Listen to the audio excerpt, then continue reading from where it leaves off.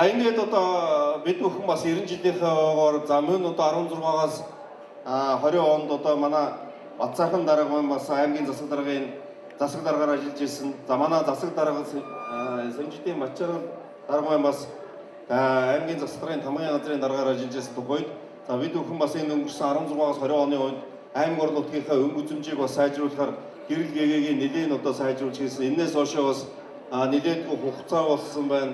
Тэгэхээр одоо яг одоо өнөөгийн нөхцөл байдал бол аймаг орон нутг руу шөнө урлаг гэхэд одоо гэрэлтүүлэг бас л тийм их сайнгүй байгаа. Тэгэхээр бид нэр энэ гэрэлтүүлгийн ажлуудыг бас нэг шөнө яваад ороход хаана очиж байгаа юм те гэрэлтэй гэгээтэй бас ийм өнгө үзэмжтэй байх зүйлнээс одоо аймгийнхаа төв зам гудамжуудаар дагуулсан одоо гэрэлтүүлгийг шинчилж солихоор одоо бас эрчим хүчний сайд Баттөөхтгийн Чойжин сүрэн сайдад бас бид нэр хүсэл уламжлаа тавиад Чойжин сүрэн сайд маань 2 тэрбум төгрөгийг бас шийдэж өгсөн байж байгаа.